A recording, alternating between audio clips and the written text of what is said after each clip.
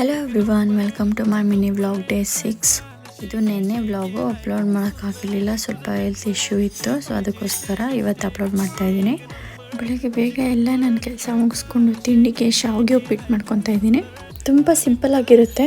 Normal ಆಗಿ ಉಪ್ಪಿಟ್ಟು ಮಾಡ್ಕೊತೀವಲ್ಲ, same ಅದೇ ಥರ ಬೇಗ ಆಗುತ್ತೆ. ಅದಕ್ಕೋಸ್ಕರ ತರಕಾರಿ ಎಲ್ಲ ಕಟ್ ಮಾಡಿ ಇಟ್ಕೊಂಡಾಯಿತು. ಒಂದು ಬಾಣಲಿಗೆ ಶಾವಿಗೆ ಹಾಕಿ ಸ್ವಲ್ಪ ಆಯಿಲ್ ಹಾಕಿ ಹುರ್ಕೊಂಡು, ಅದೇ ಬಾಣಲಿಗೆ ನೀರು ಹಾಕಿ ಸೋಸ್ಕೊಂಡು ಇಟ್ಕೊಂಡೆ.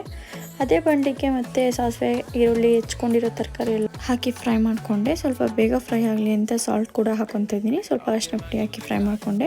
ಮತ್ತು ಲಾಸ್ಟಿಗೆ ಟೊಮೆಟೊ ಹಾಕಿ ಬೇಯಿಸಿಟ್ಟಿರೋ ಶಾವಿಗೆ ಹಾಕಿ ಸ್ವಲ್ಪ ಕೊತ್ತಂಬರಿ ಸೊಪ್ಪು ಹಾಕಿ ಮಿಕ್ಸ್ ಮಾಡಿದರೆ ರೆಡಿ ಆಗುತ್ತೆ.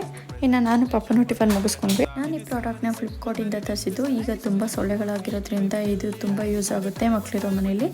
ಮಾಸ್ಕಿಟೋ ಆ್ಯಂಡ್ ಇನ್ಸೆಕ್ಟ್ ಬೈಟ್ ಬಾಲ್ಮ್ ಅಂತ.